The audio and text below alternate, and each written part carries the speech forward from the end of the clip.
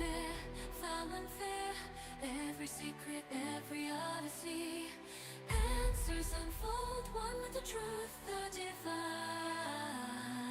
By my guiding hand, perfect stand, I won't be denied. You are mine, you are blind, a fool till the end. Cast down for a more, I create, manipulate. You're kind in my image, my chosen ones. For you the time has come, the sun is setting. Say goodnight. With each bite does your sanity die, sucking the life out, letting the dark inside. Say a prayer as the light leaves your eyes. So scream all you let go, God's can't hear you. Say at night to the weakness that you hide behind, believing the lies, feeding the fear inside. Never once were you truly alive. So scream all you like, no one can hear you.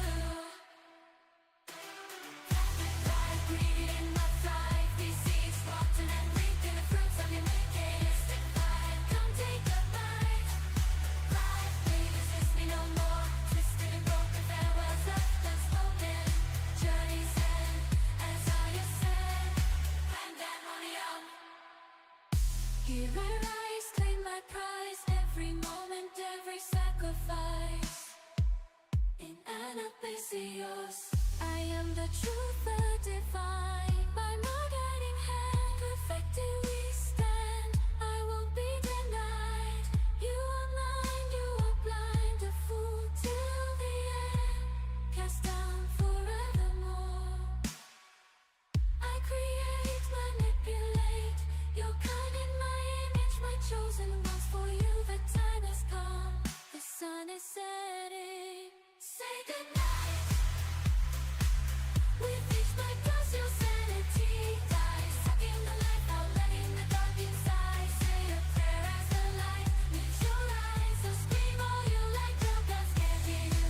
Say at night to the weakness that you hide behind, believing the lies, feeding the fear inside. Never once were you truly alive. So scream all you like, no one can. Say goodnight. Say goodnight. Baby lies, chaos bleeds, savage nobles, touching thieves. Say goodnight, healing lions, follow me. Say goodnight, singing murders, follow me. Say goodnight, follow me. Say goodnight. Say goodnight.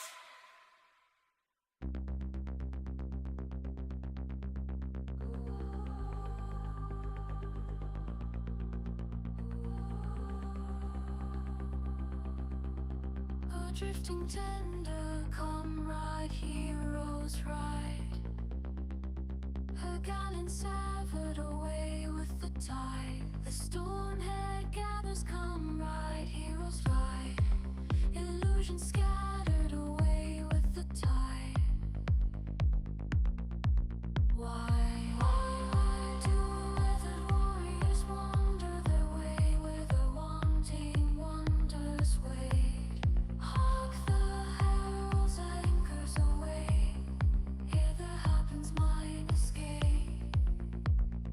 Freedom forgone, sinking abyss, comets crumble, Phoebus fades under cosmic clamor decay.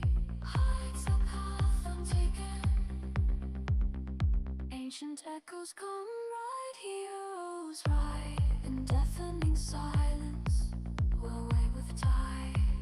A wave of hazard come right, heroes ride. All in and windward away with the tide. Stellar story, star ruby strewn, slipping sidewise. See their snakes twixt the leaves, you'll find Artemis. Missing gods and crossing fates. Freedom surging, shifting ahead. Comets dancing in her way to the cosmic clarions that court along the path now taken. Try to the dead, tread on the road that is borrowed design. Through the sun of the sands do they see tomorrow?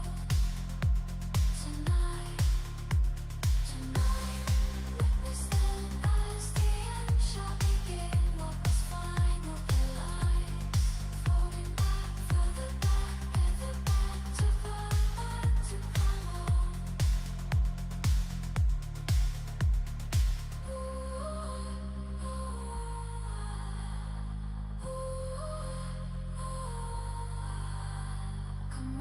heroes ride, ride with the tide. Come ride, heroes ride, so far from home, away with the tide.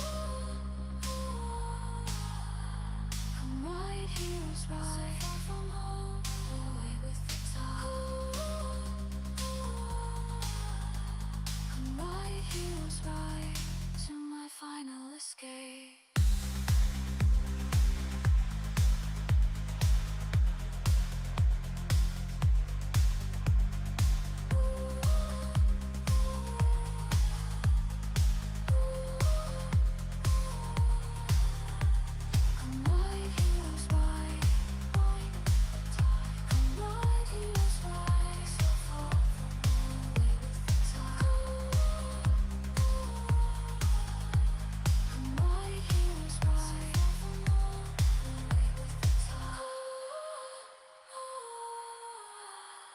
Come ride, heroes ride, to my final escape.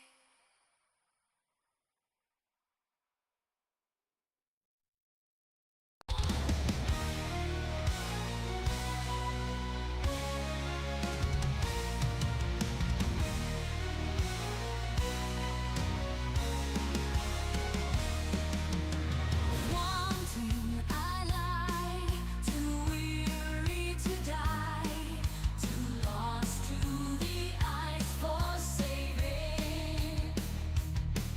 My sins claim me, untain me. Eyes wet with tears, her song in my ears. Broken, faded, how long have waited to open my wings. Turn the light on and let her in, won't you? Turn the light on, turn the light on. You never will, unless you turn the light on. Turn the light on, the pain won't end till you turn the light on. The soul longs for oblivion, oblivion. Falling too far for the fear to embrace me. A voice from the past screaming, there is no end. A slave to my fate, ever doomed to repeat this again and again and again and again. Falling too fast, no it won't overtake me. A voice from the past echoes loud like a drum. No more goodbyes, though my heart is still aching. Now open my eyes one more time, here I come. Reason resigned, dark seasons design. Spring's promise of sun is on it, when winter's way down on us. Visions in white, raw fury in flight. Clear as diamond, yet fragile as ice. My heart is racing. Turn the light on and let her in, won't you? Turn the light on, turn the light on. The pain won't end till you turn the light on. The soul longs for oblivion, oblivion. Falling too far for the fear to embrace me. A voice from the past screaming, there is no end. A slave to my fate, ever doomed to repeat this again and again and again and again and again. Falling too fast, but the fall will not break me. A voice from the past echoes loud like a drum. No more goodbyes, I am tired of waiting. Now open my eyes, one last time of waiting. Now open my eyes.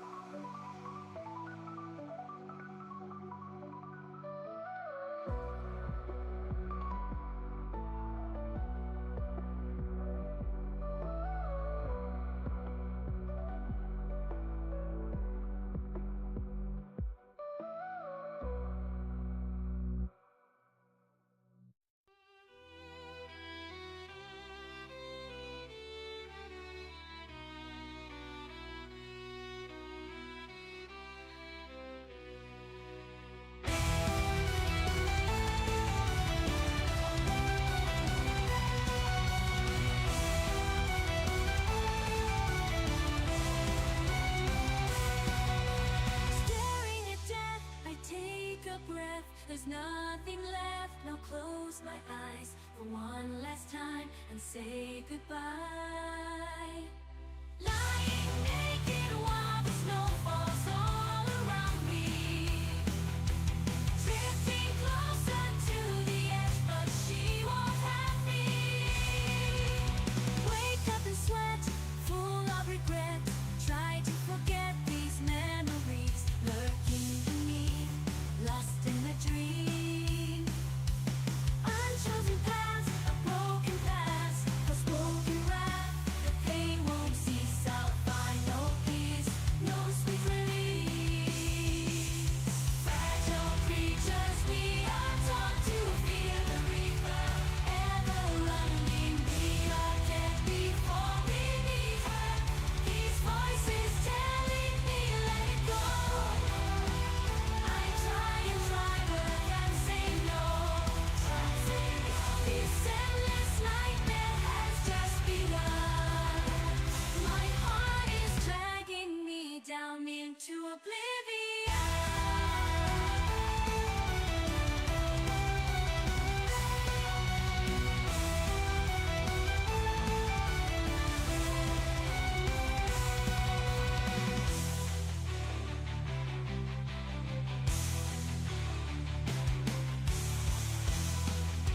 The endless lies I've cast aside, locked them in ice. Steel is my soul, my blood grown cold. I've gained control. Fearless creatures, we all learn to fight the reaper. Can't defeat her, so instead I'll have to be her. These voices screaming to let go. This time I'm screaming back, no, no, no. Don't say no. My mind's made up. Yeah, my fear is gone. Open my eyes now. Here I come for the last time. Say goodbye for the last time. Say goodbye for the last time. These voices screaming to let go. This time I'm screaming back, no, no, no. Don't say no. My mind's made up. Yeah, my fear is gone. Open my eyes now. Here I come. Oblivion.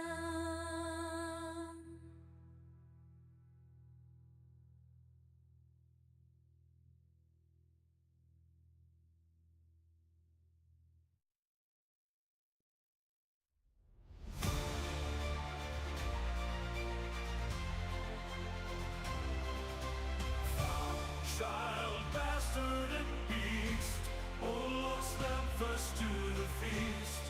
Conclave if you're able, a spot at this table, mild and meek, down on your knees. For hide and seek, it's time that we feed. Your heart is racing, blood is running cold. Your fractured will is whispering. Far away, hear me lions say goodnight. With each part does your sanity die, sucking the life out, letting the dark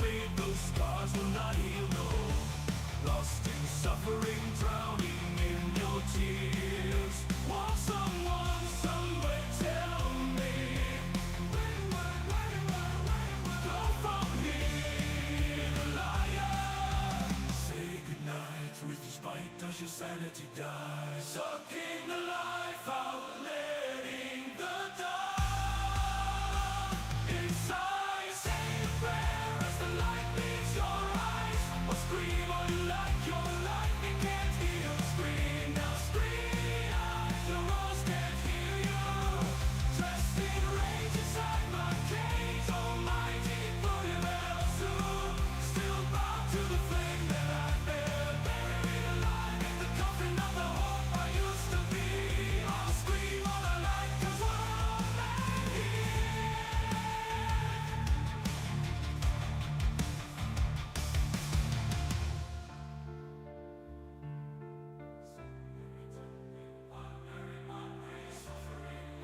Forever falling into my mind, deeper, deeper. The shadow of hope I left far behind.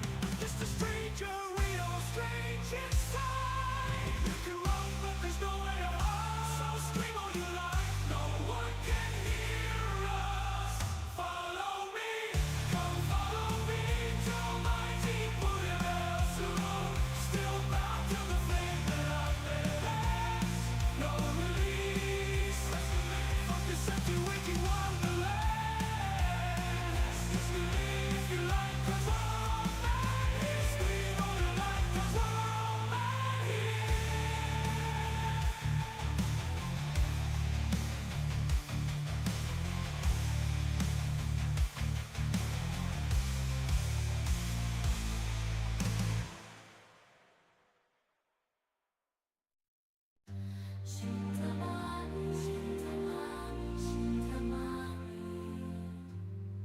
The sigh of a shifting sea, the kiss.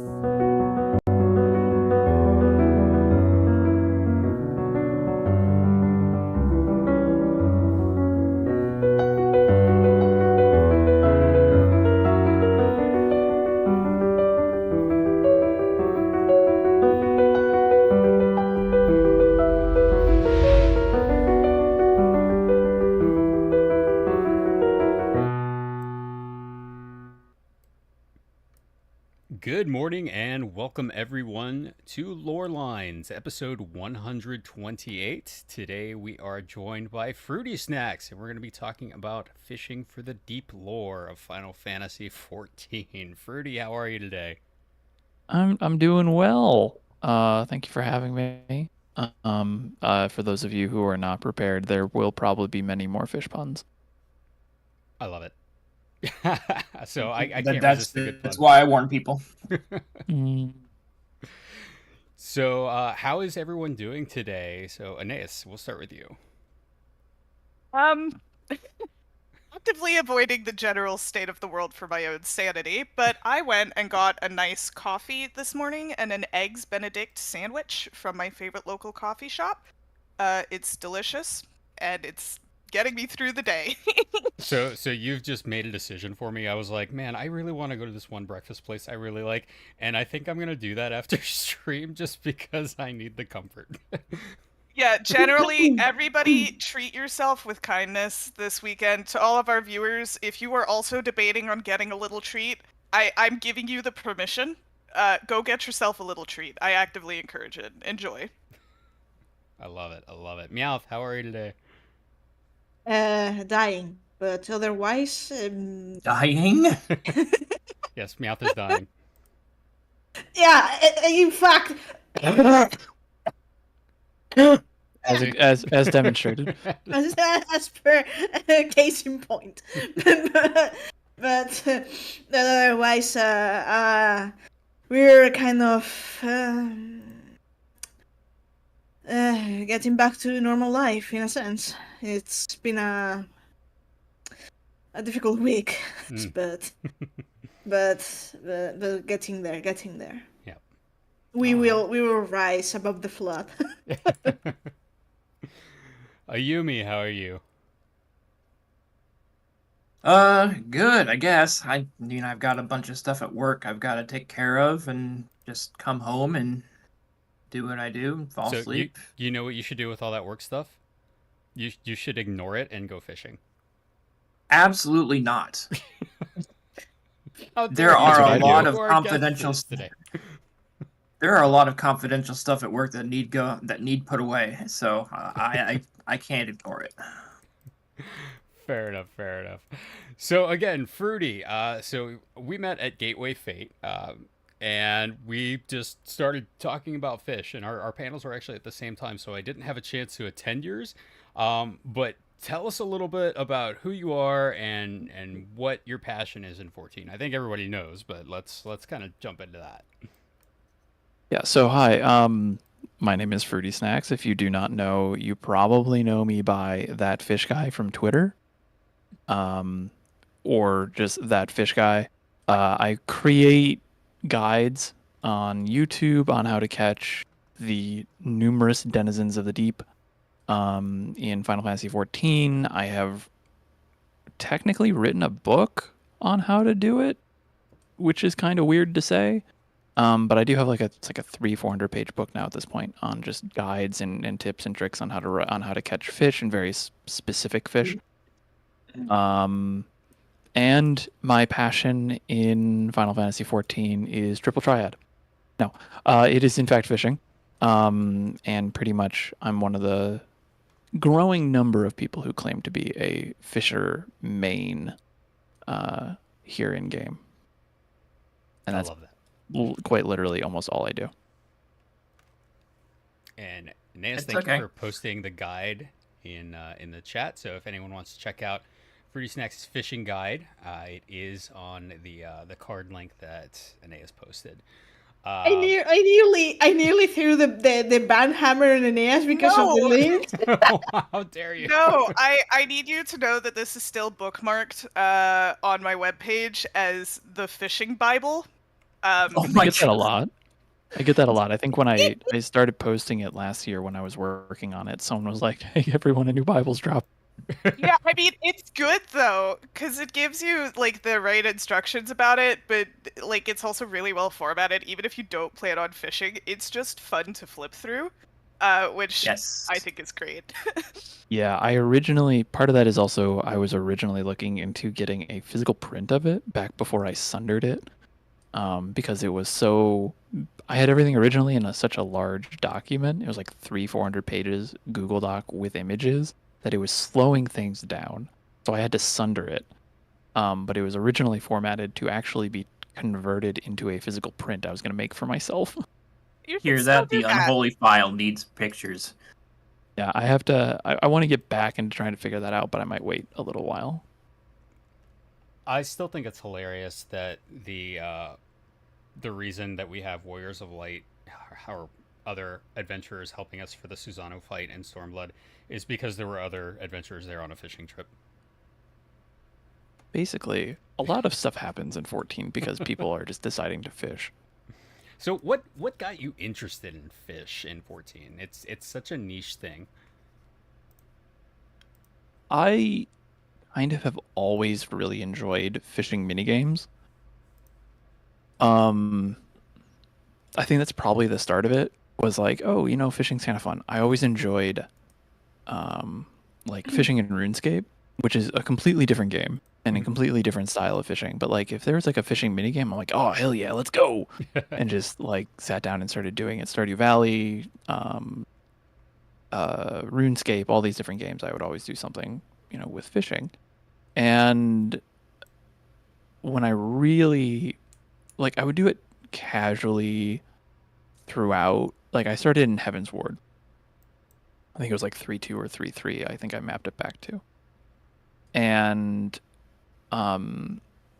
sometime in late Stormblood, early Shadowbringers, I was running through Gridania, and this person was outside the Adder's Nest, and they were explaining to somebody how to catch the big fish there, which was, I believe it's the Bloody Brewer is what it's called. It's an always up fish, not a hard catch. And they were just like, yeah, here, you use this bait, you do this is how you catch the fish. And I was like, hey, can you teach me this? And they're like, yeah, sure. And so they were like, here's how you catch big fish. And I'm like, oh, that's cool. And they're like, there's one big fish in every fishing hole in the game. why did you tell me this? Because I enjoyed it. It was kind of fun. It was very relaxing, and it was very much like, I think the thing that really kept me in fishing is it forces you to stop and either stand or sit in a space in the world and just soak it up. Like, you have nothing else you can do except pay attention to the fish and just look around the environment and have fun and just, kind of relax and soak it up. And so that's what really kind of dragged me in, was being able to explore and just go off into these random nooks and crannies of the world and be like, oh, there's a bucket of water here. Can I fish into it? And then usually the answer is like, yes, actually. That's kind of the weird fun part too. That's kind of awesome. I think my annoyance with fishing, like one of the really only annoyances, is when you have two clearly separate bodies of water and they're actually the same. Because I want something new to come out of that. There's my annoyance is the opposite of that, where it's one body of water that are multiple fishing holes. Like, we saw this in Thavnair, we saw this in it's in like Lenosha, off of Aleport. There's a couple of spots, so it's you look at it and you're like, oh, that's kind of weird. But then when you look at it from like a realistic viewpoint, it kind of makes sense. Because, like, oh yeah, you're in the same body of water, but over there you're in the shallows, and over here you're in the deep. Like, Okay. there's a big difference in the size, and you're like, okay, that's going to mean that there's going to be different fish, because some fish are more shallow fish, some are more deep in real life, and so, okay, cool, that makes sense. And then it goes, wait, is this based on real life? And then you look deeper into fishing, and it is. That's the thing. Like, the big thing about fishing in Final Fantasy XIV, it is like 3 mechanics away from being a full-on simulator. That's awesome. And I absolutely agree. A lot of things in 14 are rooted in real life. Like, there's a lot of real world science that goes behind things in 14. Like, we had Pixel Pebbles on, was it last week? Or was it a week before? I think it was a week before. It was last week, I believe. Was it? It's the geology week. Yeah. So and there was so much actual real world geology in this game, and a lot of scientific concepts, so it doesn't surprise me that fishing follows that pattern. Yeah, and there's a quote that I attribute to Kate Swinar, who was head of English localization for 14. And to her point, she's getting the quote from somebody else, but I don't remember who she was getting it from. It was from one of the developers, I think. But basically, it was translated to a quote basically saying, Final Fantasy XIV is a fantasy game grounded in reality.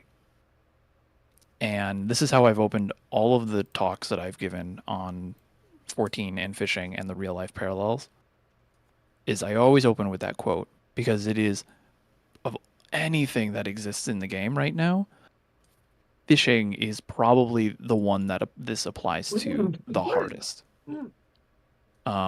Because every fish in the game, I say every, 98% of fish in the game are based on some real world fish or some like real world fish related thing. Even down to like skills. Technically, some of the skills are also based on like actual techniques that people use in real life fishing, that I have used in real life fishing, because I actually go out and I fish in real life too, because it's a ton of fun. There's a ton of stuff just grounded in actual reality. And the last thing I'll say on that is, there is a myth that we haven't confirmed yet, but there is a myth, a legend, a story, that the primary developer for fishing in Final Fantasy XIV, who the community lovingly calls Fish Dev, is in fact an actual fisher themselves. And the story goes that sometime many, many years ago, they took Soken out into the Sea of Japan on a fishing trip. Like that level of That fisher. that is So awesome. we I can't I haven't been able to validate that yet. I would love to someday and just be able to even just chat with the person or the team who is in charge of fishing. But that's kind of the story that has kind of grown through the community. They Um, should add fishing to the media tour specifically so that we can get that validated, because that would be better promotion than anything else I could think of for, it would for the be I next think it would be really expansion. fun. Yeah, the biggest fish. So, Rolo, first time chatter, says, one day I'll be brave enough to try and understand fishing. It seems fun. So, before we dive into the lore, how do you get involved in fishing in 14? Um, well, typically the vector that we see people get started with fishing is they run out of other things to do. Valid? Yeah. But in reality, if you want to get started with fishing, like the easiest and obviously the first thing you need to do is unlock it, which is at the Fisher Guild in Limsa Lominsa on the lower decks. You go talk to the guild person there. You talk to Sisapu. You go catch, 5 Laminsan anchovies. Um, and then once you've done that, you unlock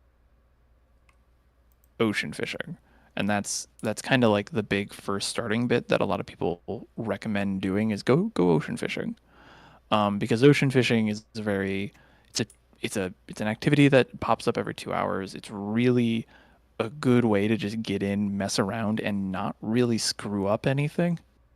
As long as you're fishing in ocean fishing, you're doing fine. It's very hard to sabotage.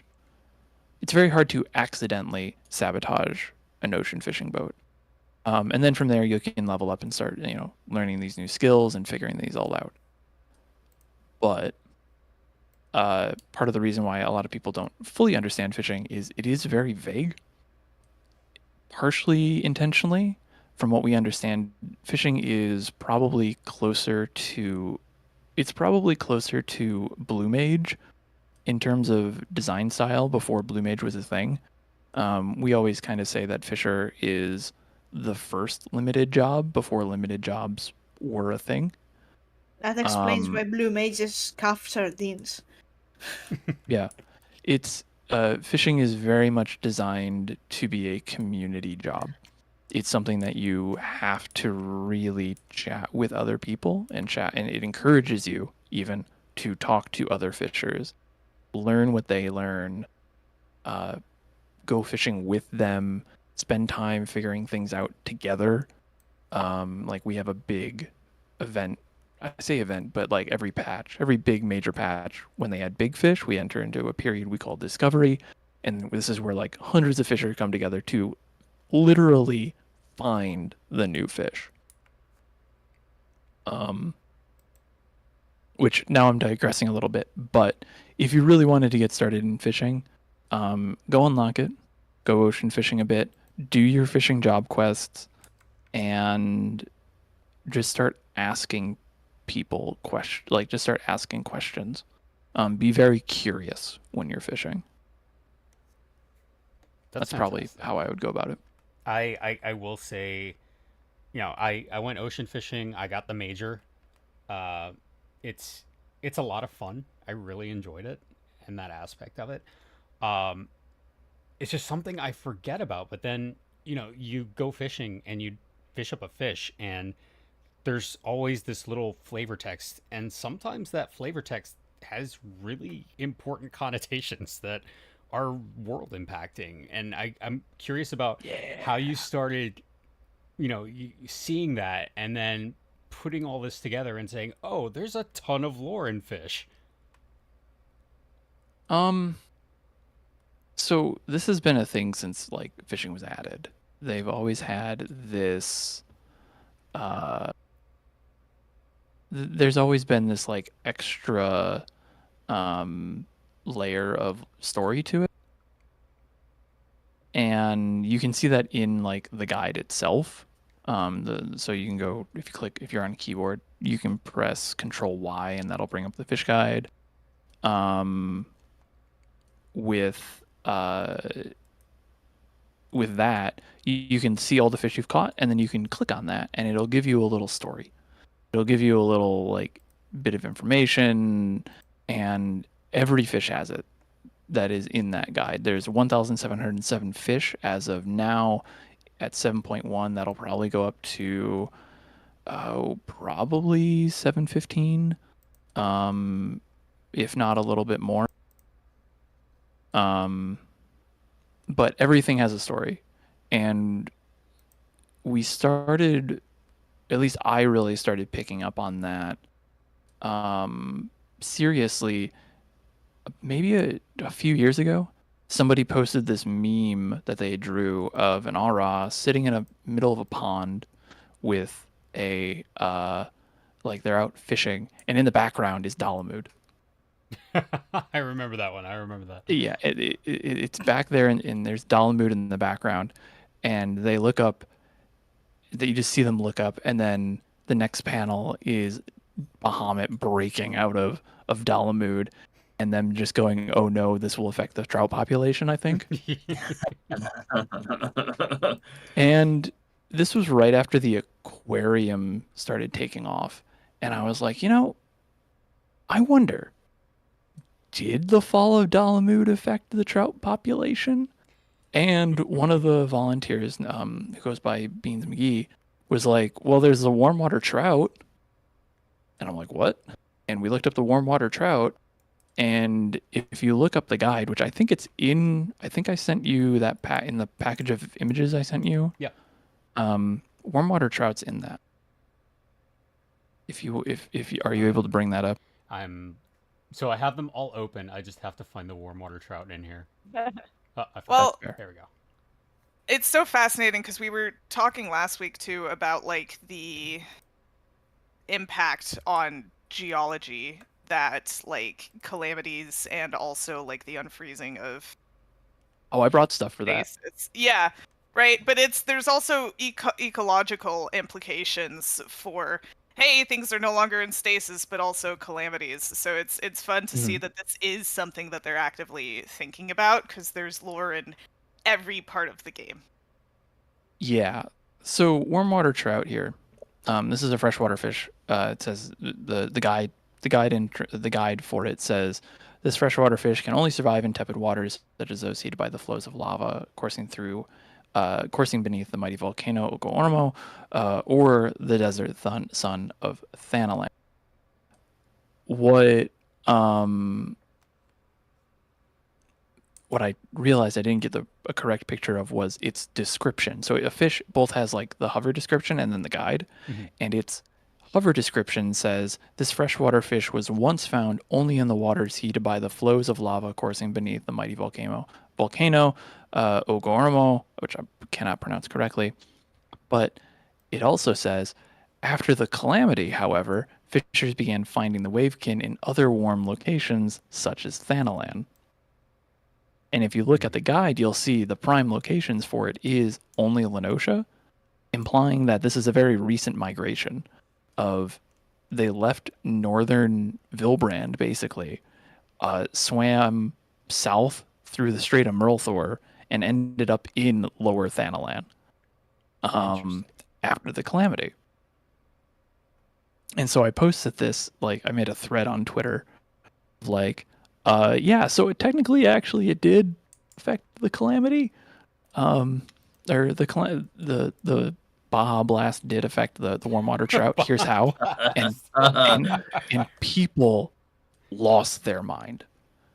They were like, "Holy crap, we have this level of detail in this game," and I'm like, "Yeah, we do." And this is something that, if you look at fish, the more you look at it, the more detailed things come. We have learned things that were brought about to the public, or I say public, but like would be more mainstream.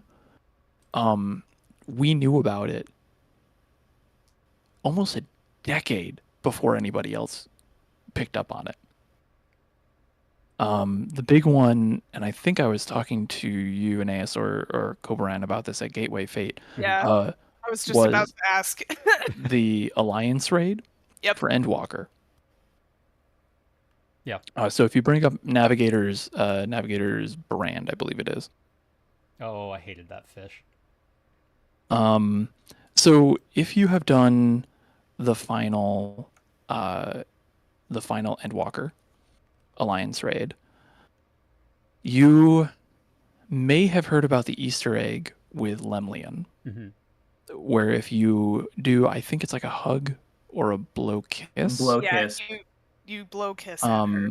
Specifically there's that and not yeah, there's a couple of them, but blow kiss is the common one. If you blow a kiss at her during the fight, during certain times when she has some downtime, she will yell, "Oi, cut that out, you!" and throw Navigator's dagger at you, which is the small version of this fish. That's This awesome. fish, Oh, so Navigator's she brand. does throw something at you. Okay. Yeah, so she throws a sword at you. It's basically a I think it's like a storm, like long sword. I think it is like model wise. It's like the storm, Grand Company one, but bigger. But the reason we knew that this could have been a possibility was because of Navigator's brand that was added back in like patch 2.2. Wow. Because we knew Oskin was involved as well. Navigator's brand, as it says here, says the cousin of Navigator's dagger. Fishers believe that this wavekin was the blade that Lemlian threw at Oskan Oskin. Oshan. I actually don't know. What is it? Ashan. Oshan. Oshan. Thank you. Like I've never had to ocean. say these out loud. In her fury at having her naked from a spied, the incident led to basically Ashan going with Menfina instead. Fun little fact on that one. If you love romance drama, yeah. So like we knew this, and as soon as we saw that come up, and we were like, oh wait, do you get hit by Navigator's dagger? And then you look, and you do get hit by Navigator's dagger. The fishing community just lost their fucking mind.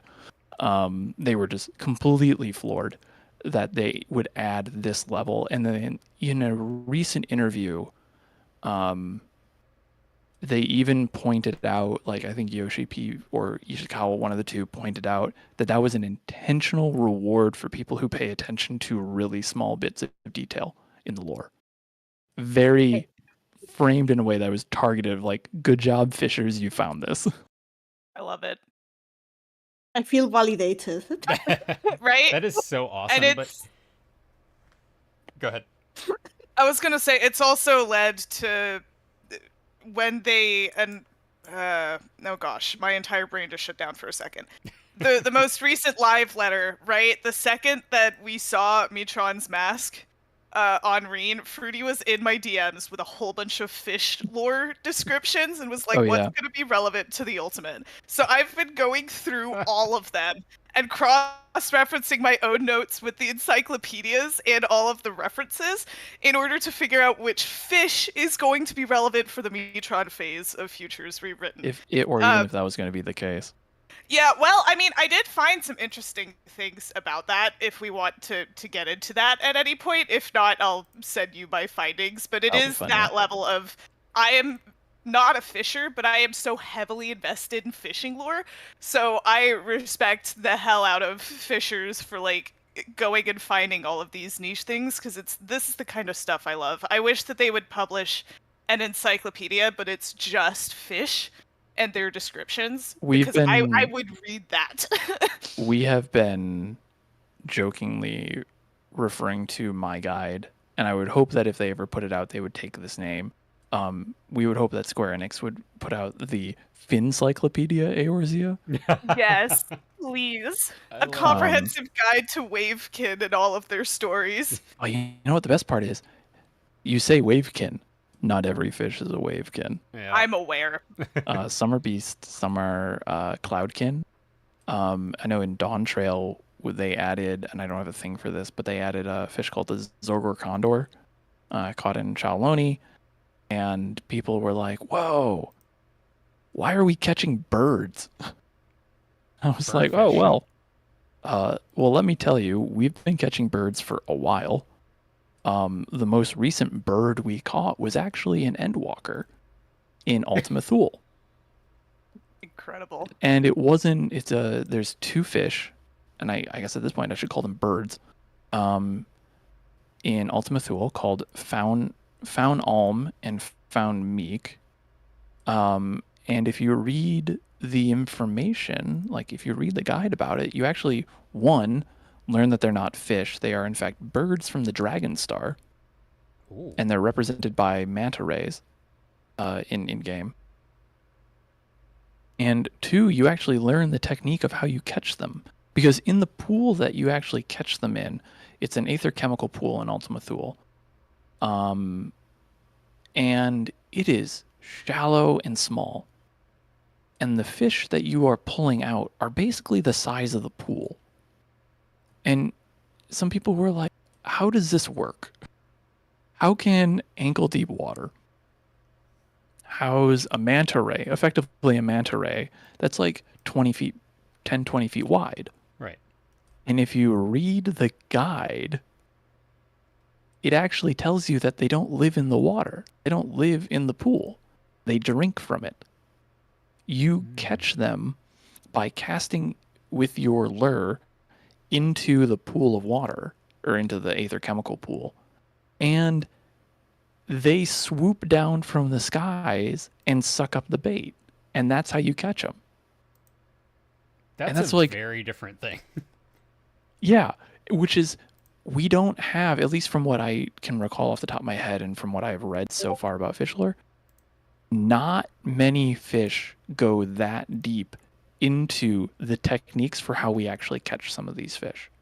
Because we have our skills and we have a rough idea of how it works, and we can make assumptions based on how real life fishing works. Like there's a lot of parallels in how some skills are named, some skills like work just in general. But that is one of the first times that I can remember a fish literally saying, "Oh yeah, here's how you catch it." And then you go, "Oh wait, if we know how to catch that here, that would make sense for how fish are caught over here and over there." And like literally it explains how all of the churning mist and sea of clouds are caught. Fish are basically caught. And so it's just like, oh, that makes a lot of sense. That does make a lot of sense. And See, this is so yeah. dangerous because I'm fascinated by this, and that's just lore from a single fish, and there's so many fish. This is how you get There's- to be fruity. there's- It's with the and lore. there's implications too. So a lot Yeah. of fish lore is, and I think Cobra and I was talking to you about this. There's a lot of stuff that isn't explicitly stated, but if you put, it's like a puzzle piece, right? If you're looking at this big chunk of lore in the game, and then you add a fish to it, and you add the fish lore, you still don't get an explicit picture of what you're looking for, but now you have an outline. And now you're like, oh, I can fill in that gap a whole lot easier now. And that's where a lot of, I think, fish lore comes in like the role that it plays is it doesn't fill in gaps, it helps outline things. I heard gasps. Yeah, Meowth's dying. It's fine. Oh, okay. Sorry. Oh, okay. I was like, there's a lot that you can do if you squint a little bit with fish in certain contexts. Is there like a comprehensive place where all of the fish lore is collected outside of catching everything and having it readily available in your own fishing guide? For those Yes, of us who may there like is a to cruise. document that somebody created that I forget how up to date it is, and I'll if I can find it and send it out. But basically, oh, there it is.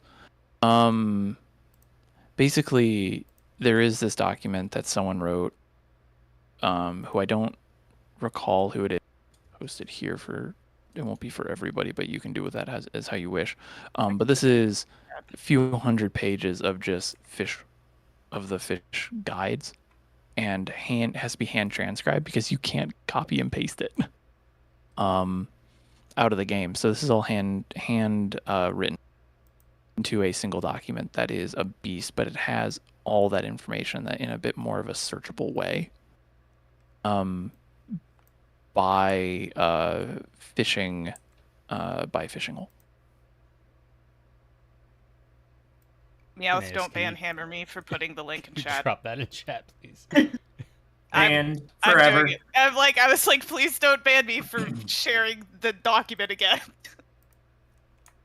Yeah, so But this there's- is if I may make a comment so far, something that really more like lore wise to the whole thing when you were discussing the what was it again, the warm water trout, Yes. and the whole thing about the calamity.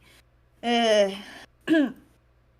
was making me think of, well, we've been discussing as team and server the real impact or purpose of rejoinings and calamities, kind of likening it to the whole process in Eden, for example, revitalizing the land with ether, which is basically what we do in Eden. The whole thing about the warm water trout, after the Astral Calamity, the Seventh Emerald Calamity, migrating from Ogomoro to Thanalan. But it's actually, I mean, I don't know if it's true, but what it's telling me is that with that event, the more living beings, more like life forms, in this case the trout, are not just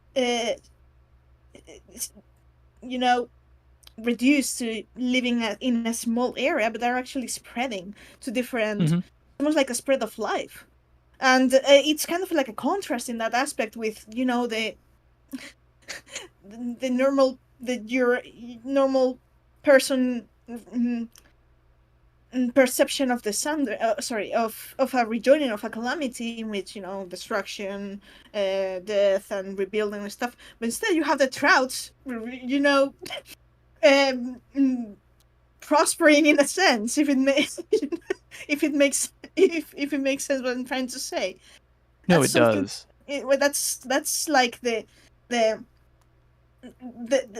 perception we have as when all of this happens, but instead it actually does.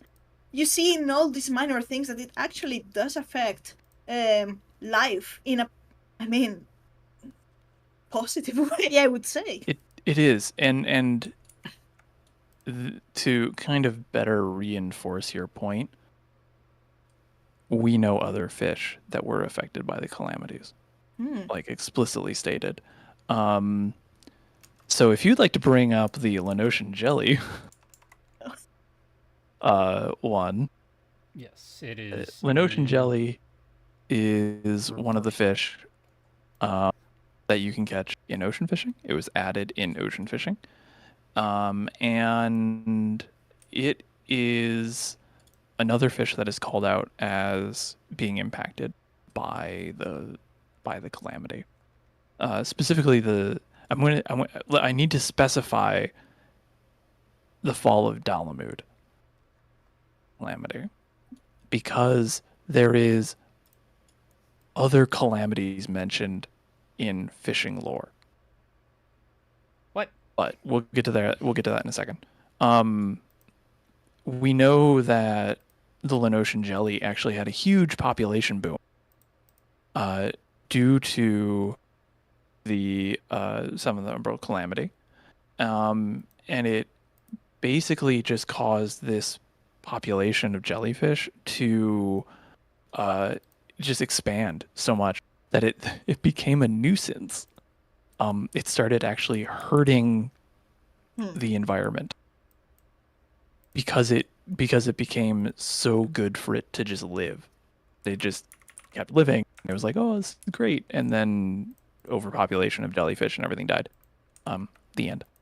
So I will say they are absolutely a nuisance, especially when I catch them and I'm trying to catch something else. Yeah. And it's actually kind of fun that they reinforce that in the actual ocean fishing mechanic by making them a very quick bite and a common bite. Mhm. So it's like I'm not going to get I don't want to get too deep into fishing personalities because every fish has its own personality and a lot of how it lives in the world and is uh, portrayed either as its real life counterpart in the world is reflected on the way that it bites, on what it bait it uses, where it lives. Like I won't get into that aspect of it, but I will just say that Lanoshan jelly, the fact that it is so common, that it is a quick bite, is probably a almost storytelling part of it. Of this is a common fish. You are going to run into it quite often. It is hard to avoid. That is such that's like the attention to detail and the world that like I crave and love, because that makes it feel real. That makes it feel like, yes, this is a game mechanic that happens, and here is why. Yeah, and that's like honestly like one of the things that they do a lot with fishing is almost use it as like a I should say they don't talk about it very often. Like they don't really talk about the design choices around fishing. One of the few things we know straight from Square Enix was a quote from Yoshi P back around like 2.0's launch. And paraphrasing it, because I don't remember the exact quote, but basically he was saying that fishing was designed to be a job that players can use to communicate and appreciate the environment. Something that they can use to learn from, to enjoy their time, to help them enjoy the actual environment that they're in, because it does slow you down. It really forces you to stop and be in the world for an extended period of time during weather or events that you would typically not spend a lot of time in. Like I could probably tell you like how many people have actually spent a significant amount of time during umbral wind in the Rocktika Great Woods. Uh, one, did you even know that umbral wind was a possible weather in the Rocktika Great Woods? And two, if you just zoned in, would you have just like would you realize it's anything but fog? And the Rocktika Great Woods I use as an example because it is a completely different feeling in that zone during that weather compared to any other weather that it has. And I think it's a really good example of like what they try and do with fishing, which is really get you into those places where you're not necessarily going to naturally run into them. Um, so that's what we know about kind of the storytelling of fishing is they use it as a way to communicate with like the world. I love that so much because it really is every attention to detail that they put in here is evident in it, the way that they tie game mechanics to the story. And I'm the kind of person who, like, I won't go fishing in the area, but I have just walked around Rectica Greatwood for 4 hours on end, like, no flying, walking speed to take in the environment and go looking for all of these Easter eggs. There is a certain kind of calm involved with spending that much time in an area, especially if it's one that isn't often visited otherwise, because there's not a lot of overworld activity to do once you've finished with quests and stuff in a region post MSQ. I don't know. I think it's worth it. And like fishing, if you were someone who wants to have something to do with your hands while you're doing this, it seems like a good use of time. I think it's brilliant. I love it. I think it's art the way they put it together. Yeah, it's very interesting, and we so far have a bit of.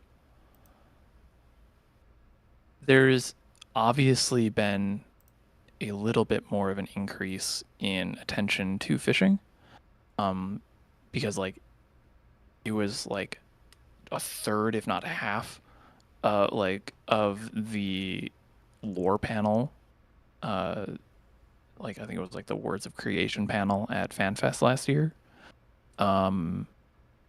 It it's this big chunk of work now for every patch. I mean, it's like 1,700 fish. That's a lot of words. It's a lot of time to put into it. So clearly, like they have a reason to do it, and we're seeing a lot more.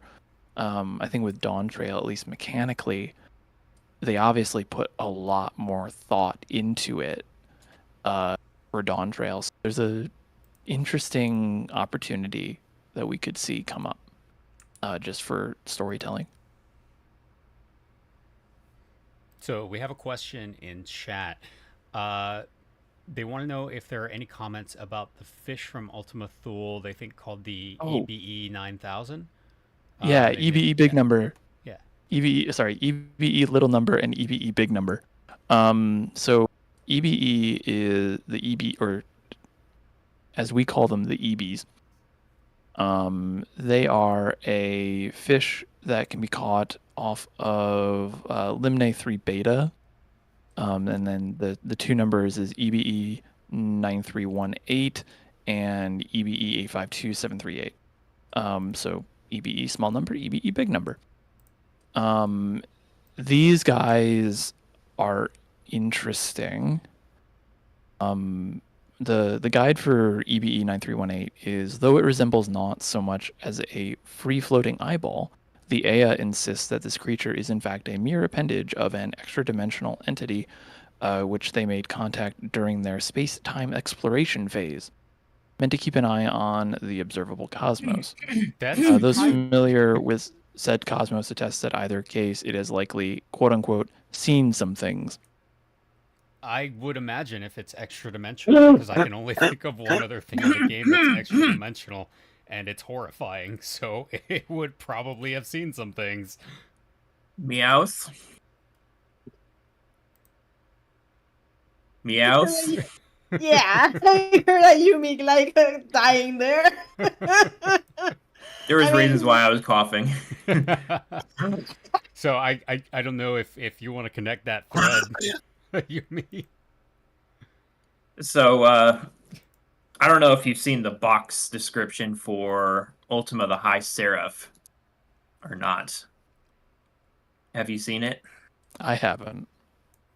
Okay. So, the box description for Ultima the High Seraph, the statuette that they released, describes her as an extra-dimensional entity as well, as traveling here from another plane of existence. So when you mentioned extra dimensional, we were like, oh, well, that just kind of connects things too. Great. It's also FF11 symbology as well because of where the Aya came from. It's Mhm. that's so fun. I love it. Oh, do A tell. lot of the Ultima Thule fish are, one, deep sea abominations. They joked that they ran out of fish they ran out of fish facts. This is something that we learned at FanFest, is that whenever a new species of fish is added, they will usually relate a real world fact about that fish species that they are adding, because it's based on a real world fish. They'll add that to the guide or the description some way or another. And then everything else after that is a little bit more flavorful towards 14. So a lot of Ultima Thule has a lot of really weird fish. Usually deep sea, like Twilight, Abyssal Zone fish, including EBs. But a lot of them tell the story about different worlds. So EBE tells a little bit about like the Aya, Class 24, which was explicitly called out in the Encyclopedia Eorzea 3. Class 24, it talks about like their world a little bit more. They're caught. Where are they caught again? Are they in Limne 3 Alpha? No. Where is class 24? Where are you? Limna 18. You can catch this weird weird segmented worm with legs and horns thing called class 24, but it's called out in 3, or in Encyclopedia Erzia 3. It talks about the world at which it comes from. I mentioned like Found Alm and Found Make. They talk about the Dragon Star a little bit. Same with Ace Fornesh and Ace Fan. Yeah, the Ultima Thule fish tell a lot of stories about the creatures of the island that they're around. So like a lot of the fish like around the abode of the Aya and on whatever the name of that map is, or that section of the map. Oskaton Priya. A lot of those are basing stories around like the Aya. The ones around Oskatron Deca Octo are about like the Dragon Star. So you can get a little bit more information on those worlds per se, those universes, just by catching the fish. So I need to go fishing there like yesterday. Uh, clearly. Oh God, Fruity's converting another one. Because I was literally looking at my fishing log and I'm like, do I have anything unlocked in Ultimate Thule? And the answer is no. I have to go to Some of those are lot weird of fish too, fishing. like weird fishing holes, because it's like there's a handful of bodies of water. There's like the Wellspring of Regret, the Abode of the Aya, Apohelos 18 Alpha and Beta and Gamma are like the only bodies of liquid.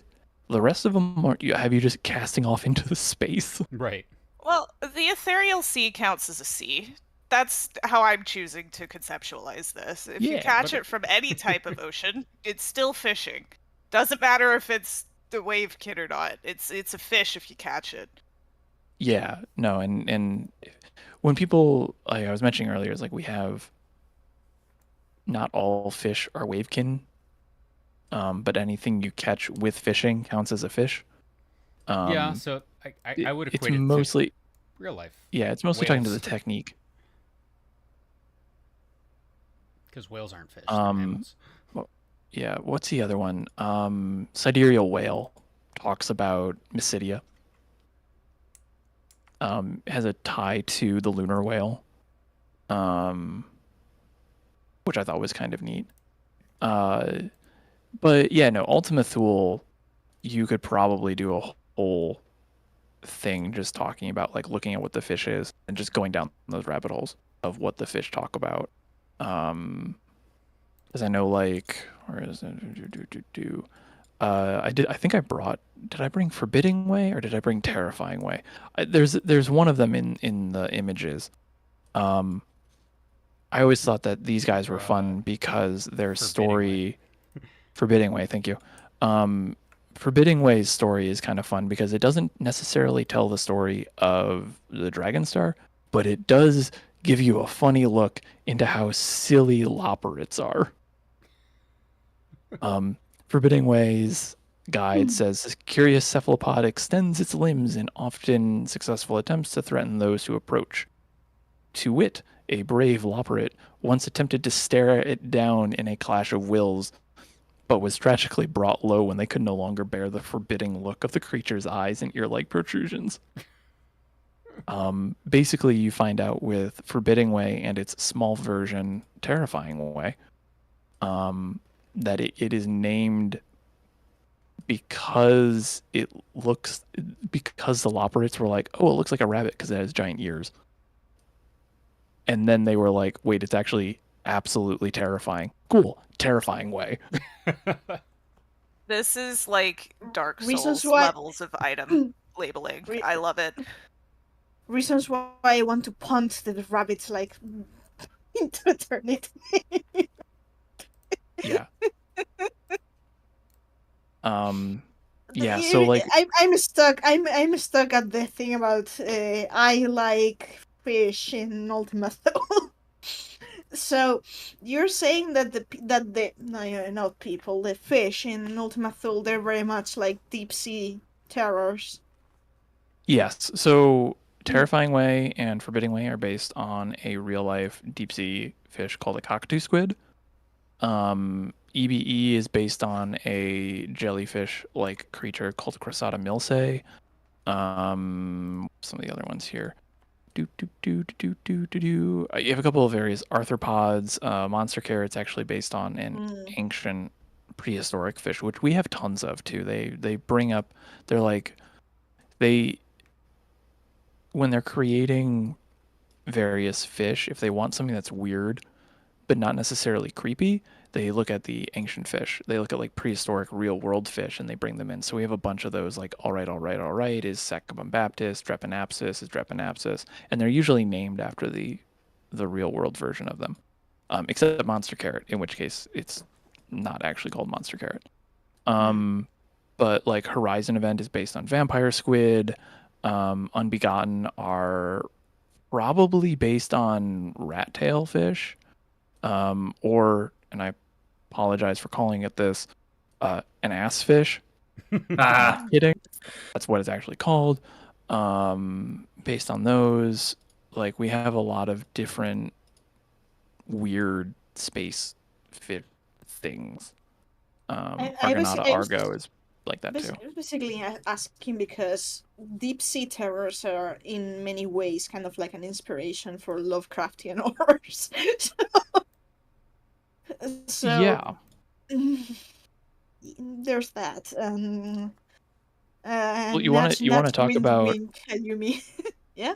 You want to actually talk about a deep sea horror that I brought with me? Yes. Yeah. Yes. I think I have one. Give Did me. I Give tell me me. I did include Please that? do. Please tell us Could you about the pl- most fucked up fish possible. Well, it's not gonna be completely fucked up, but could you please bring up half Goofa? Gesundheit. So one of the things that I talked about at Gateway Fate was sea monsters, and 14 has a lot of them. Moment. And you're good. 14 has a lot of sea monsters.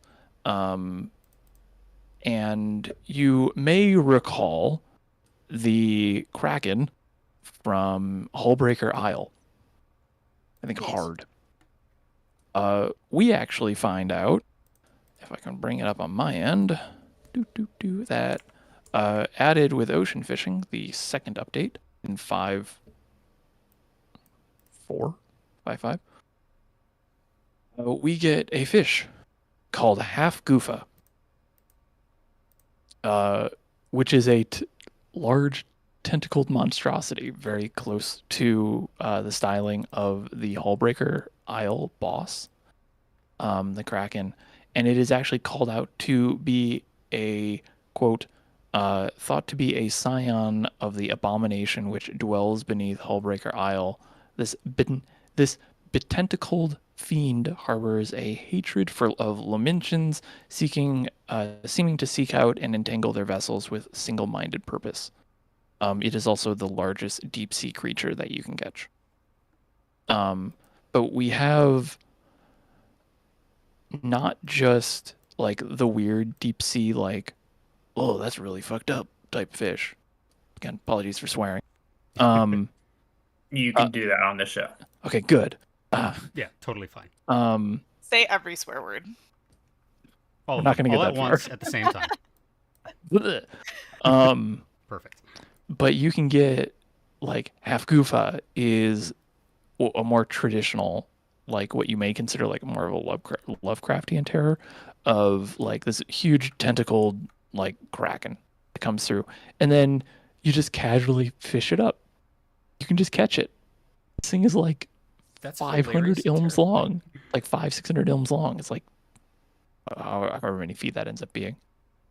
400 feet, something like that. 40 feet, not 400, 40 feet long, and you just casually bring it up on board during ocean fishing. Well, it's a good thing my warrior of light's from Gridania, or else it would hate me. You know what I didn't include? And I see the question about if you can put half Goofa into an aquarium. No, you cannot. You know what I didn't bring though was the like 10 or 11 fish that specifically call out threats to Lalafell. Excellent. I brought the vegetarian, which I know calls it out specifically, but one of these, one day I was just like, how many fish are actually threats to Lalafell? And the answer is it's like 10. There's actually a lot of fish. Some of them actually, I think it's like true barramundi in ocean fishing is called out to get aggressive specifically at Lalafell. That's hilarious. Roganin doesn't matter. Lalafell, you're dead. So you brought up the vegetarian. Let's talk a little bit about the vegetarian because its origin is strange in real life, and even stranger in the game. It seems. I was actually at the lore panel when this happened, and I was just really confused about what was going on. But it's Stormbloods, right?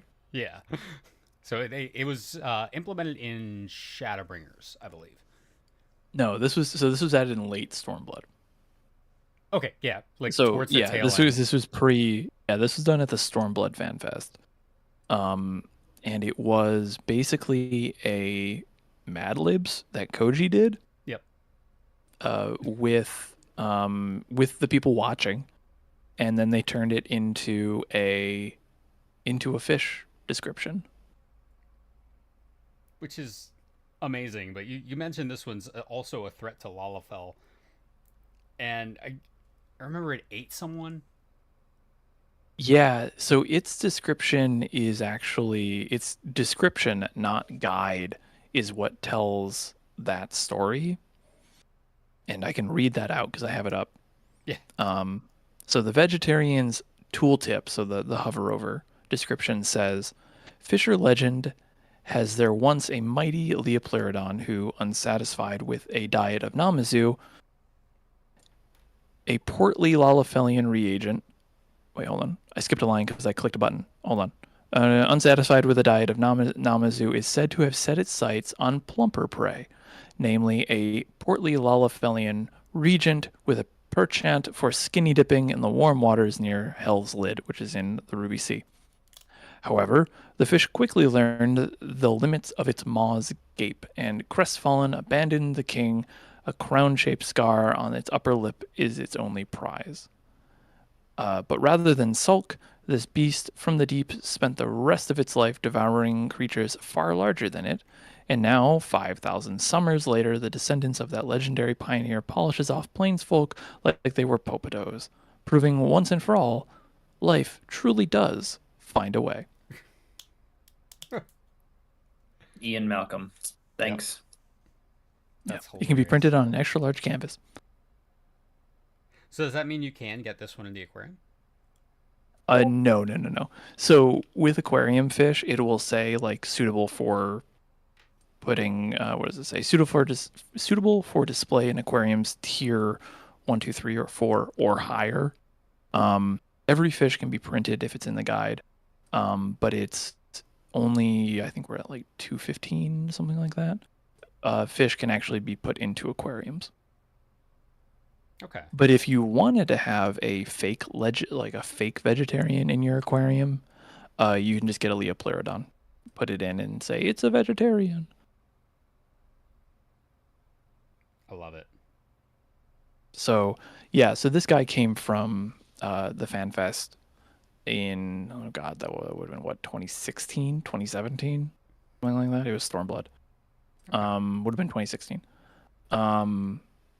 And then at NA FanFest last year, Kate Swineart did the same thing again, except this time for a fish called All Right, which can be caught in Urcopacha.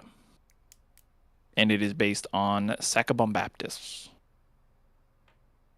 Amazing. So Sure, not Matthew McConaughey. I'm, honestly, I'm not sure. I really don't know.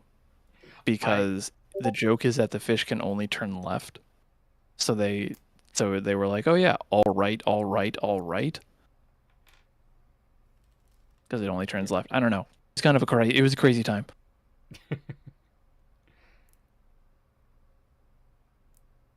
So, yeah, so there's a couple of wild card fish in there. There is. that's kind of amazing. So a fun fish fact about me actually. So before that though, is it true that high quality fish that can no longer be caught? Correct. As of Endwalker, yes, Endwalker, they removed high quality fish as a separate item, so now you just get a status of if it is large sized or not. If it is large size, then mechanically it functions the same as high quality. But otherwise it just all stacks together. You can't have a high quality fish and a normal quality fish anymore. So, who among us actually carries fish that are just named funny names? Just to link in chat. Oh, I have a few. So I actually, back in Heaven's Word, I fished up a my boy, Yeah. The insulting fish. and and it was high quality, and I have kept it in my inventory ever since. It has not lost its high quality status even today. It stays in my inventory, and I still link it in chat as high quality. And people are like, "Did you just catch that?" And I'm like, "No, it stayed in my inventory, not left it since Heaven's Ward."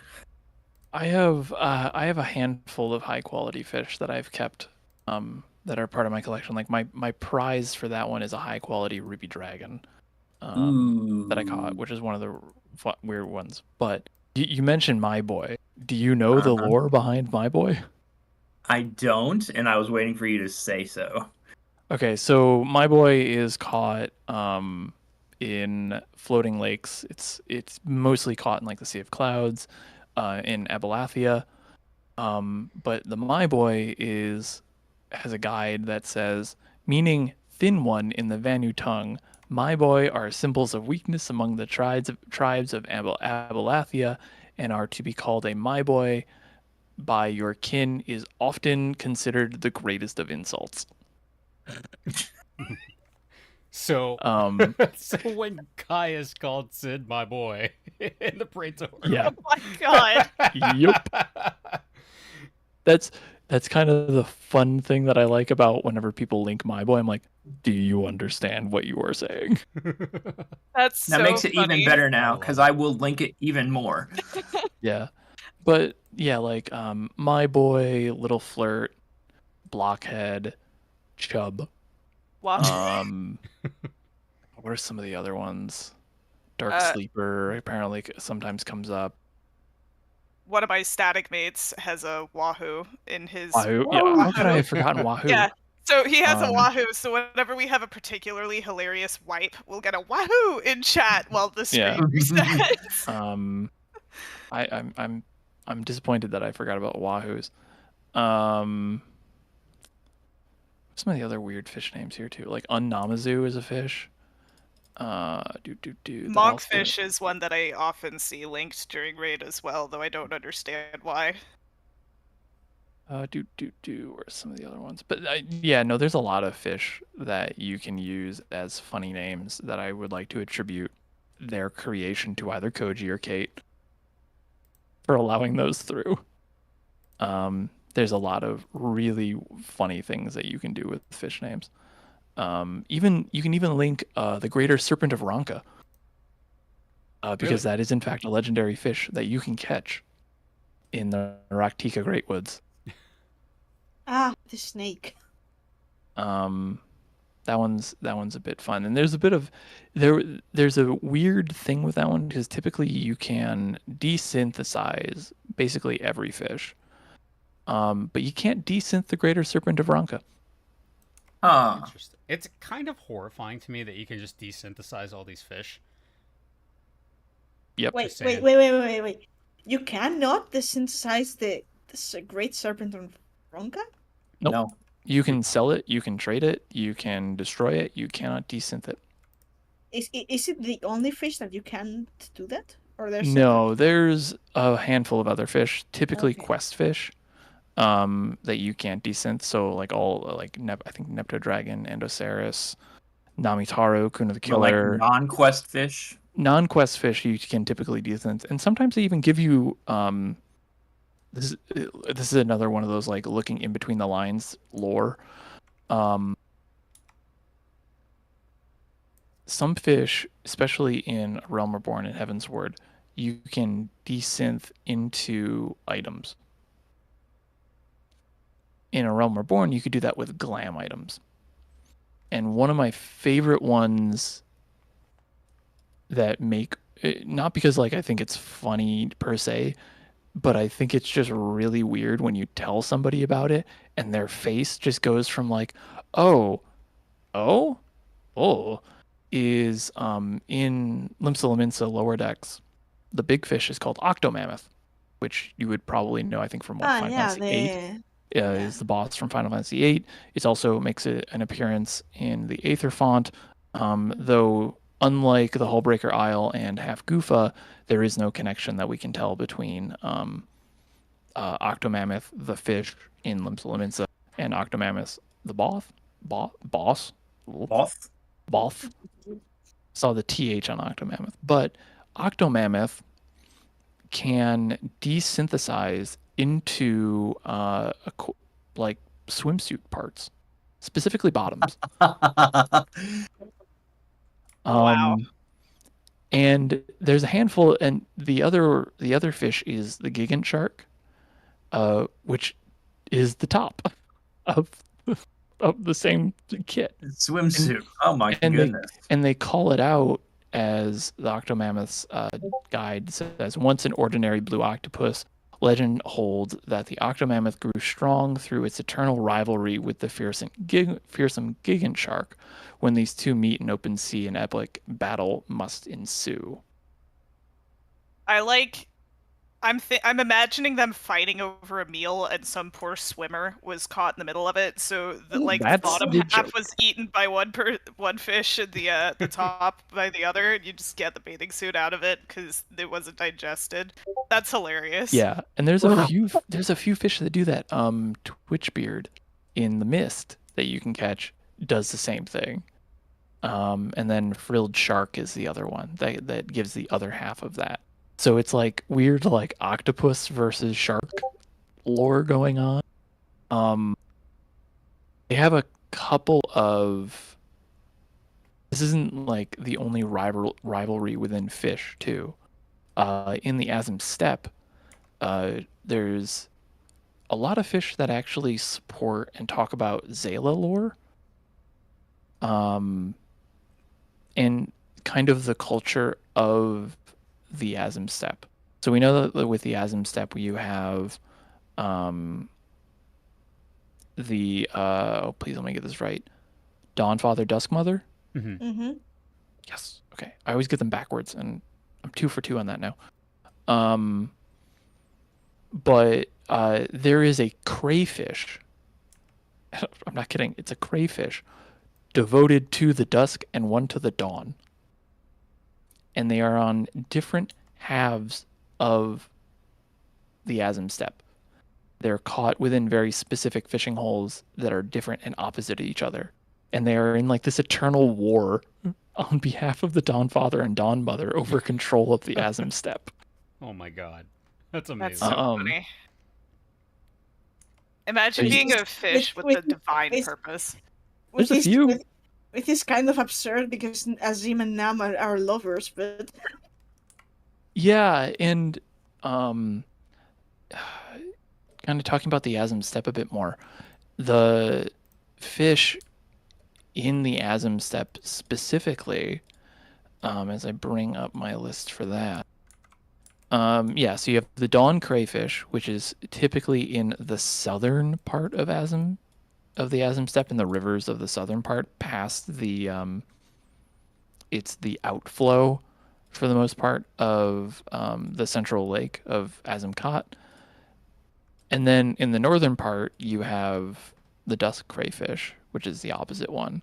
But the only fishing hole, or one of the 2 fishing holes that don't have those crayfish in it, that are, eternally in battle with each other, is Datharl Ka and Azimkat, where Azimkat has a fish called Duskfish, which has a guide that says Zayla legend has this massive wavekin was born from a scale shed by the Dawn Father. Scholars insist that it has simply had the good fortune of not being eaten.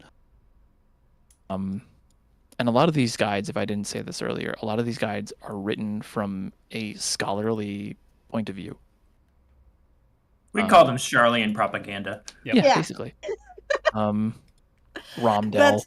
But it's called a dusk fish, but it's said that in legend it was from a scale from a sim from the Dawn Father.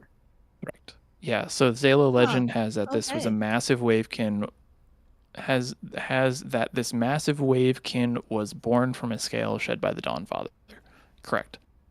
And it's called the dusk fish. Huh. Yes. Okay, that's interesting. Refraining Okay, myself from Wings of the Goddess talk right now, I'm gonna be honest. Yep, there is. I don't stop counting on that, Ayubi. I feel like I'm being bet again. No, continue. But I It's- didn't even talk about the fish in living memory yet. I know, but it's the concepts of dawn and dusk interplaying with each other and one begetting the other. That's the cycle of life and time from FF11. Listen, Arden isn't So- here, so I expect you to talk all about 11. No, I'm And, trying to save myself for next week. and you guys know that I am actually working on unraveling the dawn and dusk references in Dawn Trail. Right. So no, go on. There is one fish though that I'm gonna say that I hope hopefully doesn't throw you into like a mental loop here. I hope it does. I'll read the description, then I'll give the name of the fish. Okay. Possessed of both a dorsal fin not unlike a crescent moon and a tail fin not unlike the rising sun, this distinctive wavekin is believed by nomads of the Azim Steppe to be the corporeal manifestation of the Dusk Mother and Dawn Father's love for their children of Hydaelyn. I love Lilith Ascendant. The name of the fish is the Unconditional. Yeah, That was a Stormblood legendary fish. that's incredible. Yeah, that really is just Wings of the Goddess. Wow. Thank you for sharing that. The only loop this is throwing me into is going back into the Azim Steppe and pouring over all of it from the perspective of a Spite Warden. Thank you for this gift. Hey, the Unconditional is also a really easy catch too if you want to get it, and it goes into your aquarium. It's very pretty. Pretty. You know what you're trying to do here. It's working. Just get some stonefly larvae, show up, slap a fish, wait for the window to open, cast out. It'll guarantee the bite. All We've right. been saying a long time that the Sim Step is that one place that surely we're going House of the to crooked eventually. coin. Yeah, we're eventually going to go back there because. There's. Because. Do we have enough time for me to drive into the weird Yes, I love weird. fish Let's do it. parallels between the Azim Steppe, the Burn, Az's Law, and Elpis? Ooh, let's I would go. prefer it if you did, because all of those Let's are based off go. of the Pacific 11 region. Time travel. Woohoo, my favorite subject. So first off, on Endwalker, so we were like, oh cool, we can use the Crystal Tower to travel back in time, right? Like we all did that, and everyone was like, that was like a huge plot point of like a big revelation of like, wow, we can use the Crystal Tower to go back in time, like throwing back to Shadowbringers.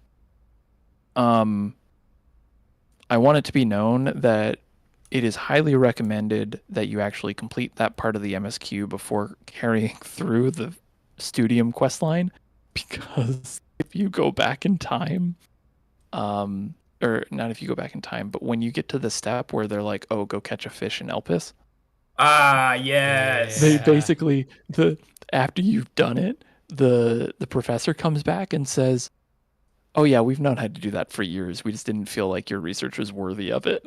Yeah. Fucking Jesus Charlotte. Christ. We It's like a threw way to fit poke a hole in about that. Yeah, we did. So anyways, so up until recently, there were, let me bring up this so I can, axolotls, yeah. There were two axolotls that you could catch. the tiny axolotl and the 100-eyed axolotl. Both were caught at the Papist tree in Az's Law. Now we know that Az's Law was ran predominantly by basically Hermes. Mhm. And there was early on in Endwalker a theory going around that Elpis was basically the original Az's Law. That's correct. So there's a lot of parallels between Az's Law fish and Elpis fish and what they were doing on Elpis and Az's Law. One of the key things for that was the only place in the world until Dawn Trail that you could catch an axolotl was at the Papist tree in Az's Law. Axolotls were also highly featured in Elpis. Yes, they were. Something else to kind of tie this together. This was something where I believe it was some of the first promotional material, the first time they streamed and talked about Endwalker Prep, where they were showing off zones. They very briefly, on accident, had a concept art of Elpis in the background that a lot of people didn't catch because it was drawn in the exact same style as the concept art for Az's Law. The structure itself, as seen from a distance, is a one-to-one mirror. So that was kind of the thing where I looked at that and I'm like, that's not Az's Law, but it's the same style, where this is an ancient Az's Law. And I just assumed that everyone else was on the same page of that. That's what started my lore journey, is very specifically that connection, because I started looking around and there were a lot of people who were like, what is this? Or, that's just Az's Law, stop reading into it. And I'm like, but no, it's not. It's not. Aeneas, that's along the same lines of me assuming people knowing what the near references are in 14. Right, because there's a ton. I'm trying to find the specific art for reference, but like so much of the way these two places are designed, they were intentionally mirroring each other. I do remember that artwork, and I remember freaking out over it. If Az's Law is not exactly Elpis, because Elidbus mentions that there was no ruin remaining, then it's just that Ammon as Hermes very likely recreated Az's Law because of subconscious memory. So Exactly. You want to know how deeper that goes? Go Yes. on. Dazzle me. Are we aware of what the hyperstellar down converter did? What the role of that was in Az's Law? No, and I would love to learn. Okay. I'm not sure because I think it's also covered in the sightseeing log, so I don't know how deep that was. But anyway, so hyperstellar down converter is this one fishing hole and point of interest in Az's Law that has two fish in it. One is called Oliphant's Trunk, and it's based on a Wilson's elephant nose fish, so it has like this weird like little like nose antenna thing, but it's more of like a mouth. And this is similar to an electric eel. This near blind Oliphant Trunk emits low frequency energy pulses into surrounding waters in order to better locate its prey. Well, it has a big fish version, which with Hermes, his big thing was to discover the heavens and find out, the meaning of life, and even if there was life out there, correct? Yeah. Right, the knowledge of the celestial was his area of expertise. I'm going to read the description of this fish, and then I'm going to give the amazing name that they gave it. This is the big fish version of Oliphant's Trunk, and in its description is modern naturalist circles were positively abuzz following the discovery of an Allegan tombstone, which contained an article on an Oliphant's Trunk with a maw so intense. Remember that they used the low frequency to things to find it, to like hunt for prey. That it was believed that the wavekin could detect activity in the very heavens. However, the further work of the study was, concluded to be a piece of satire. However, the hyperstellar down converter is a giant antenna that was meant to listen for those radio signals and listen for extra life in the heavens by the Alligans. And the name of this fish, SETI. Wow. SETI with a C in this particular case. But for those who don't know, SETI is the search Yeah, for extraterrestrial. Hmm. Yeah, Like- it's like the great reader the organization and the The one in organization. Arecibo Yeah. that fell apart. That was part of it, yeah. Yeah. So we have this hyperstellar down converter was this big antenna to basically listen to the heavens. They have these fish in here that are like, they're joking, but with the context of Endwalker, maybe they weren't. Maybe they were actually not So like joking. Maybe subconsciously they were actually this. SETI might have been the new Medion, basically. okay. Or the hyperstellar down converter was the new Medion. What if So Meteon was a fish instead of a bird? Well, let me bring it. No, I'm just kidding. Yeah, well, I was about to say, I mean, she could be a fish if we caught her. So I guess hook her with a fishing line and we've got Allegan fish. The fish mean- logic is frying my brain. I mean, if Vana had tried that and just thrown a fishing line at Medion instead of trying to chase her, we wouldn't be dealing with any of True. this stuff. And Walker right would have now. ended so much differently. This Do would have we- been do- the third solution. No need to sacrifice lives or commit sundering. Simply go fishing. It'll Yep. solve all of our problems. Can we add that to the list of Vena's derp moments because they keep growing? So- Should so have gone Not fishing. derp moments. I Put want it to on show her list you of crimes. what this stream has done to me, and I'm half mad, half like really amused by this. So I'm just sitting here in Ultima Thor right now fishing while this Oh, is all no. going on. Yeah. Because I'm like, Oh I need all my this lore. God, I did it. You did. Thank you, Good job. everybody. Rudy is gaining power. But it doesn't stop there too. One of the things that Elpis was about was creating, these creatures and stuff. That was a big part of the arc for Elpis. Mhm. And for Elpis, it was very much like these creatures in the world to make lives better, to create the perfect paradise and all that type of stuff. They talk about the same thing in As is Lawfish. However, it's all about war, which is what the Alligans were all about. Mhm. So we have fish like the High Alligan Helmet, which is caught in the Alpha Quadrant. That one was used as armor. Like they were literally trying to grow armor, which is a bit of a weird parallel that we got in Endwalker, where the legendary fish in Leith is Fork Kawada, or just Fork for short because I can't pronounce it. But Fork, some Asian was like, oh, maybe we could grow cutlery. And they were going to use the bones of the fish as cutlery. I mean, It didn't latch on. That's hilarious, though. I do Um, have But- to add one thing to the SETI fish and the hyperstellar down converter. Yep. In that, back in what was it? So we talked to Moose like a few months ago, and I had to bring up the Lost Allegan colony, and I don't know if you're familiar with that at all. Briefly, yeah. Okay, so basically that the Alligans were capable of interstellar communication, and that Koji Fox had essentially heavily implied that Alligans had visited other stars and possibly had another colony that they were communicating with. So it made me think immediately of that.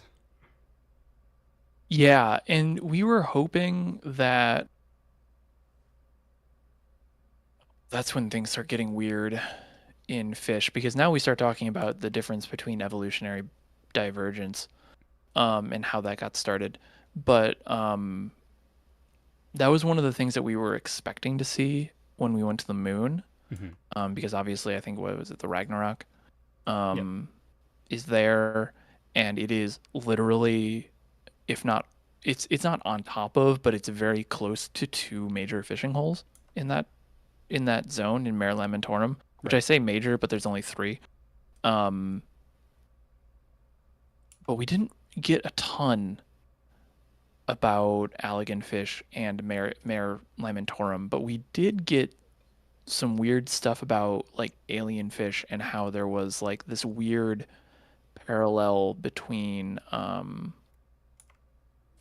of the fish that we had from like A Realm Reborn and that were found on Mare Lamentorum. But before I get there, I want to finish this parallel because I need to loop it back to the Asm step, which was the original point of this. All right, so we have Elpis, and Elpis, they're creating all these weird things, and they're doing the same thing in Az's Law. You can look at fish like the augmented high elegant helmet, Opabinia, and Allegan blade shark. Those are all specifically Allegan blade shark and augmented high elegant helmet were all weaponry or armors. Like Allegan blade shark was like a bio weapon, and then Allegan helmet was it was being grown for armor. Something else that's interesting, though, is Az's Law rose from the ground, presumably around the burn. That's my understanding of it. Correct. Yes. The burn is right next to the Asm Steppe. Yeah. There's fish in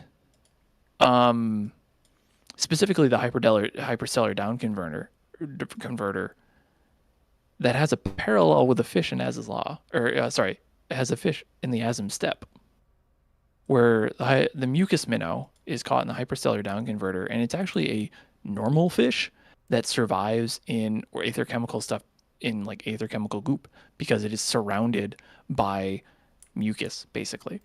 Just creates like this protective shielding around itself. And there's a couple of other, this was a while ago that I started digging through this, but there was a couple of other like little fish that were coming up, like Az's fish or like little killifish. Those were all like subsets. Blood skipper. These are all subset fish of the same species that have just adapted to aether chemical life from that have similar species in the Asm Steppe, the neighbor to the burn. And I just thought this was a really interesting parallel because they have like, you can get a bunch of skippers in the Asm Steppe, and there's a skipper in the northern part of Az's Law, which would have been the closest part to the Asm Steppe. Hyperstellar down converter, the mucus minnow, is very similar to another fish in the Asm Steppe. And I'm like, okay, they're now connecting regionally all these different fish. And they're just like, okay, well, if Asm Steppe is coming from this, these are the fish that are going to be there.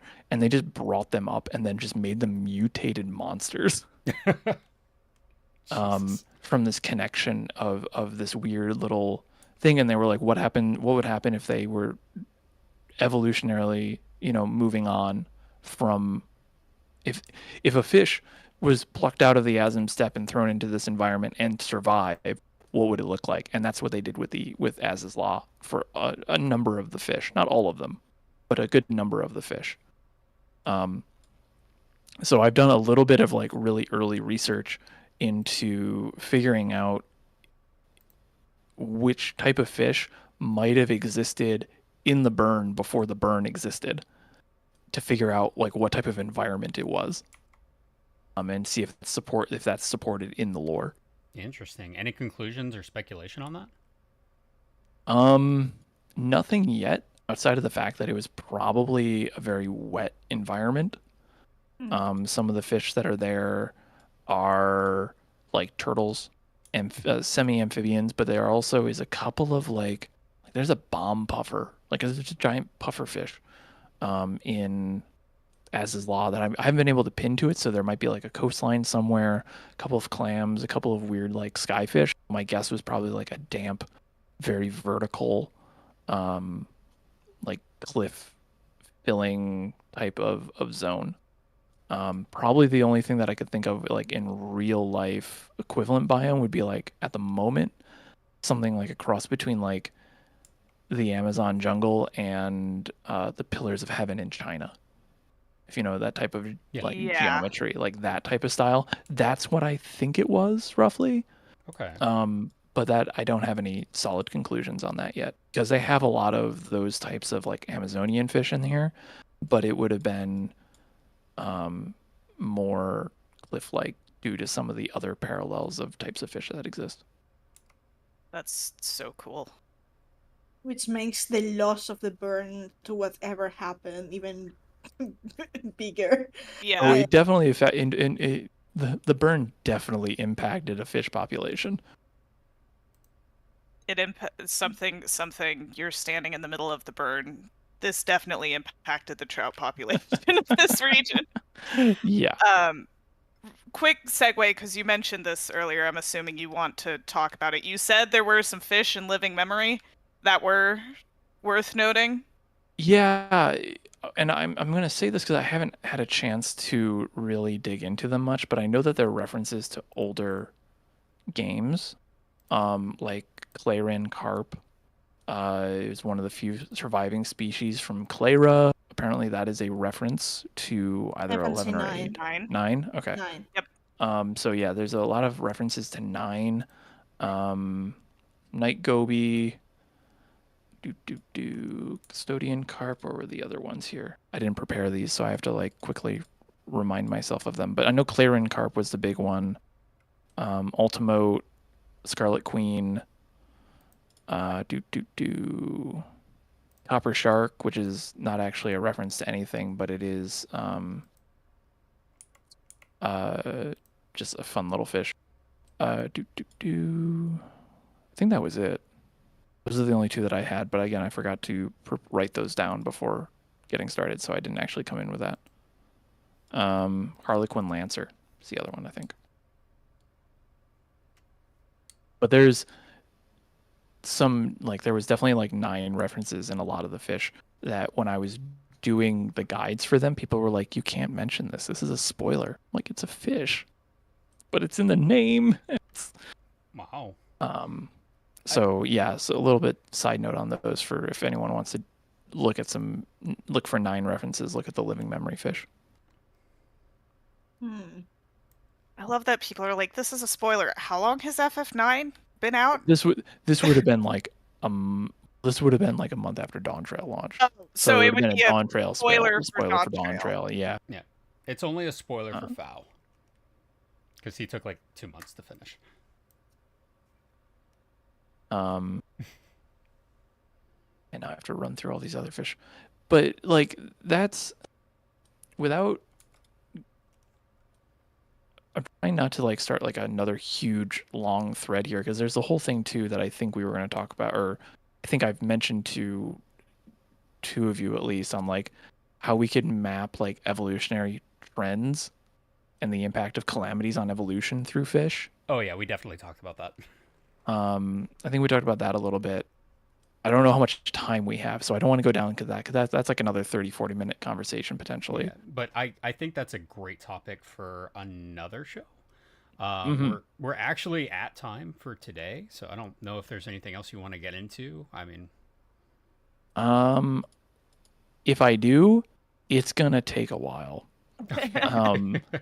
Oh no, we'll have to have you on again. oh no. Oh no. I will say that there's a lot of one-off story fish too, that are very interesting references to things, that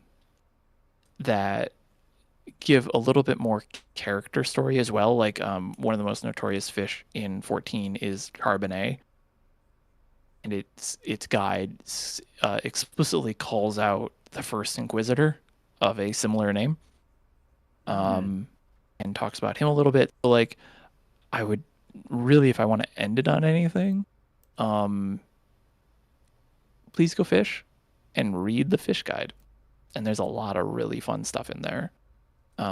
If you really like Final Fantasy XIV as a game, if you are fishing, it will help you appreciate the world of Final Fantasy even more.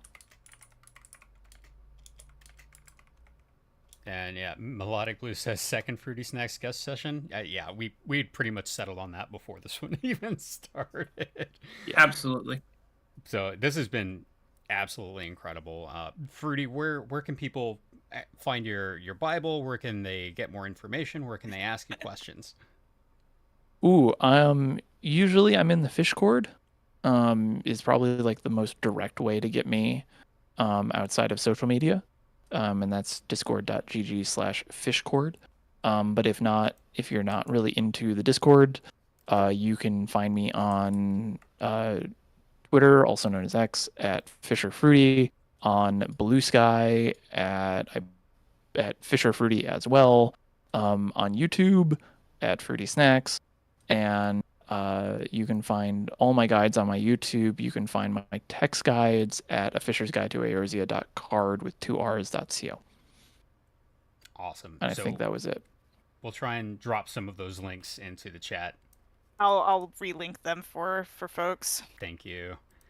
This has been awesome. I literally spent like the last 30 minutes just fishing up stuff in Ultimate Fishing. Duel, and I'm like, oh my god, there's so much information here. This is great. There's 1,700 fish in the guide, and that does not include the tooltips descriptions you get from Society Quest, or not Society Quest, and the Diadem.